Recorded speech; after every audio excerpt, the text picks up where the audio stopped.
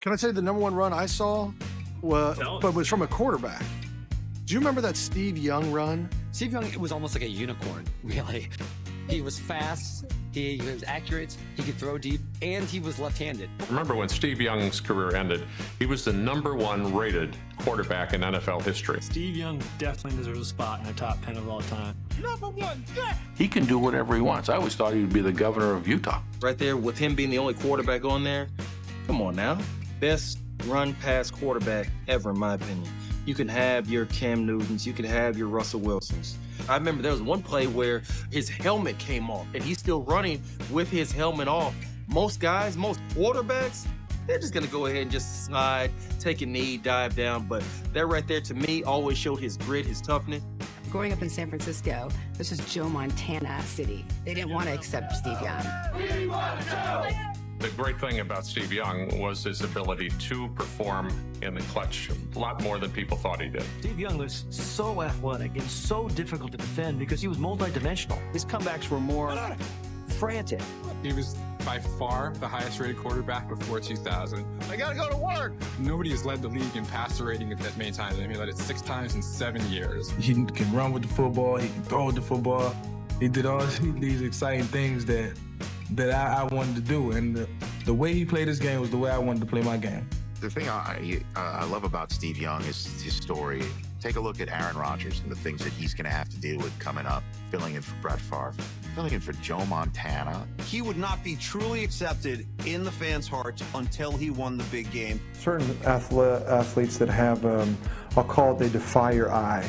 Like you see them do things, you're like, rerun that. I want to see that again. The quintessential Steve Young play, it's got to be his run versus the Vikings. Everyone says that for a reason. It's insane. If it's not enough to follow in the legend's footsteps, for Steve Young, for a long time, the knock on him was that he can't win the big one. I think is reason enough for him to be on this list. I think 10's too low. He should be in the top 5 on this. That's not the classic end of the game comeback. But I think when you talk about quarterbacks and their place in the game, that kind of put the stamp on Steve Young's comeback. I covered Steve Young as a writer, and he's one of my favorite athletes of all time. You could probably take him off. At that point, he had never beaten Brett Favre or the Packers, period. Favre had just put the Packers ahead. He slips, he looks like he's falling down, keeps his balance. 49ers win the game, and I think that really did a lot for Steve Young's ability to be considered a clutch performer. I like Steve Young a lot. I'm not sure that I put him in the top 10. I think what it says about Steve Young is he had nowhere else to go with the ball. Seriously, he had to go straight up the middle. He had to throw it to T.O. Total force job, man. He just said, screw it, I'm, gonna force it in. For years, the wrong question followed Steve Young everywhere. Is he as good as Montana? Can he win the big one? The debate was loud. Sports radio, newspaper back pages, locker room whispers. Everyone had an opinion, but here's what nobody talks about enough. While that argument raged in press boxes across America, something completely different was happening on the field, quietly, consistently, week after week. The men who actually lined up against him had already settled it. No panel, no vote, just thousands of snaps, broken coverages, and game plans that kept falling apart, all pointing toward the same conclusion. And when you ask those men about it today, they don't hesitate. If you love real NFL history, hit subscribe and drop a like. It takes 1 second. These reactions were never meant to be connected. A linebacker in Minnesota, a cornerback in Dallas, a defensive coordinator in Green Bay, rewinding the same play for the 4th time on a Tuesday night. None of them were talking to each other. They were just answering a question. But pull those answers together. The sideline clips, the forgotten interviews, the post-game pressers, and something becomes impossible to ignore. The same words, the same tone, the same quiet certainty that sounds less like admiration and more like a confession. Steve Young, 15 seasons, 33,124 passing yards, 232 touchdowns, a 96.8 career passer rating, the highest in NFL history when he walked away. The numbers are on record, but numbers don't tell you what it felt like to actually prepare for him. The players do. Ask anyone who played against Steve Young and notice what doesn't happen. No pause. I know searching for words, no diplomatic softening. The reaction arrives fast, like it was already sitting there, waiting to be said out loud. That alone should tell you something. He led the NFL in passer rating 6 times. 6. That ties Sammy Baugh, a man from a completely different era, for the most passing crowns in league history, against the best defenses the NFC had to offer in the most competitive conference of the 1990s. But before any of that, there was Tampa Bay, 2 seasons, a 3-16 record as a starter, publicly labeled a bust, traded. Most careers end with that label.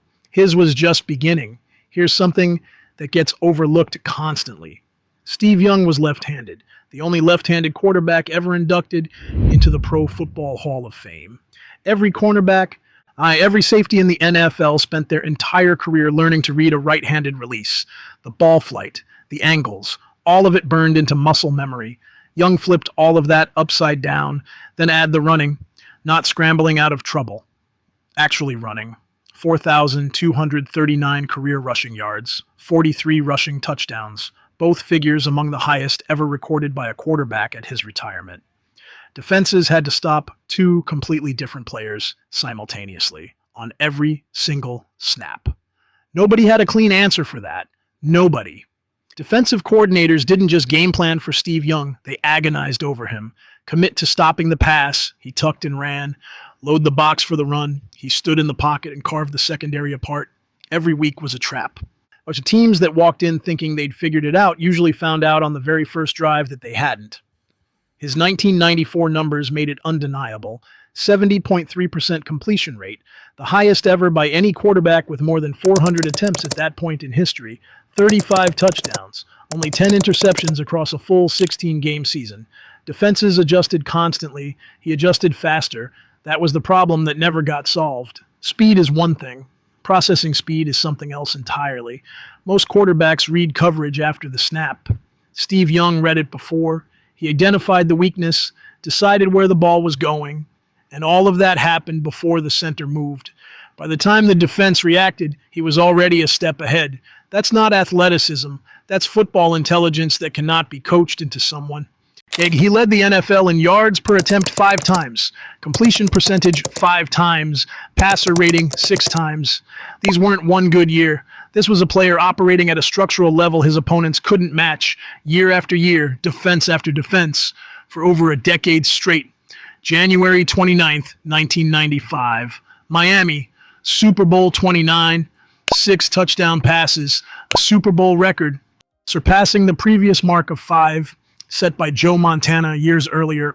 He threw for 325 yards, rushed for 49 more, became the first player in Super Bowl history to lead the game in both rushing and passing yards simultaneously. Then consider what surrounded that performance. That same season, 112.8 passer rating, a new NFL record, league MVP, Super Bowl MVP. Arguably the most complete quarterback season the game had ever seen, delivered on the biggest stage in football. The pressure didn't change how he played. It just revealed more of it.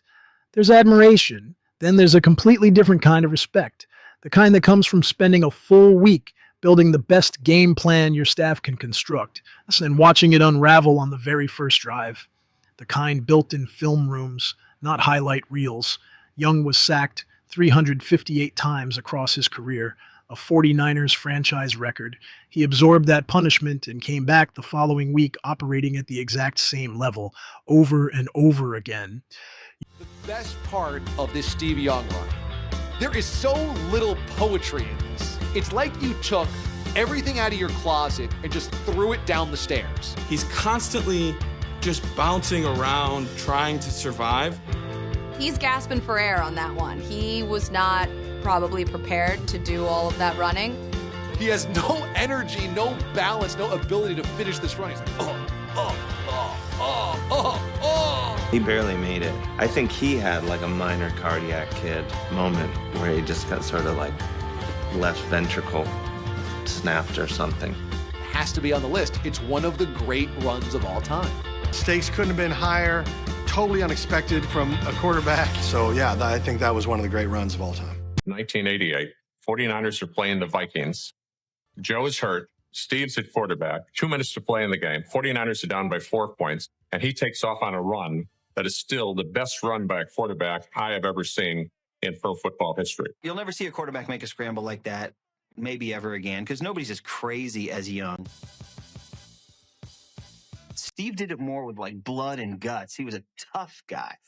The Detroit game is exactly what I'm talking about with his physical toughness. Steve Young is hurt. Oh, my, is he ever.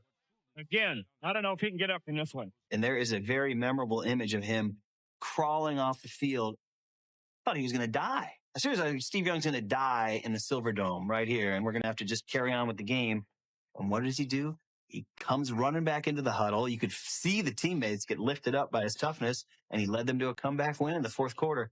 You can scheme around weaknesses when a player keeps showing up without any to exploit week after week, season after season. The respect that builds is something opponents carry for the rest of their lives. It doesn't fade. Decades later, it still sounds exactly the same. Strip away the records, the ring. So the MVP trophies. What's left is a player who spent 4 years backing up one of the greatest quarterbacks in NFL history, and never once turned it into a public grievance. He described the Montana situation himself, simply and honestly, awkward, not bitter, not hostile, just awkward. While playing at the highest level, he earned a law degree from BYU. In 1993, he founded the Forever Young Foundation, focused on children facing significant physical and financial challenges. No announcement tour, no brand strategy, he just did it. Nothing about how he carried himself was performed.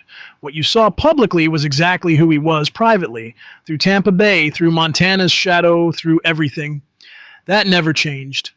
The question comes back one final time. After all of it, the Tampa losses, the comparisons, the injuries, hide the records, the ring. Is Steve Young one of the greatest quarterbacks to ever play this game? The men who faced him don't need to think about it. 96.8 career passer rating, highest in NFL history at retirement, 6 passer rating titles, a Super Bowl record that still stands today, a quarterback who redefined what the position could look like, and did it while carrying one of the most difficult professional situations imaginable. The answers from the people who lined up against him don't soften with time. They stay exactly where they always were, clear, consistent, settled. That's not legacy building, that's just the truth from the only people qualified to tell it. Like, subscribe and drop a comment. Who's the most unstoppable QB you've ever watched? There's one more name that kept coming up. A quarterback defense is feared in a completely different way than Steve Young. Different era, different style, but the reaction from the players who faced him, almost identical. That one's coming next.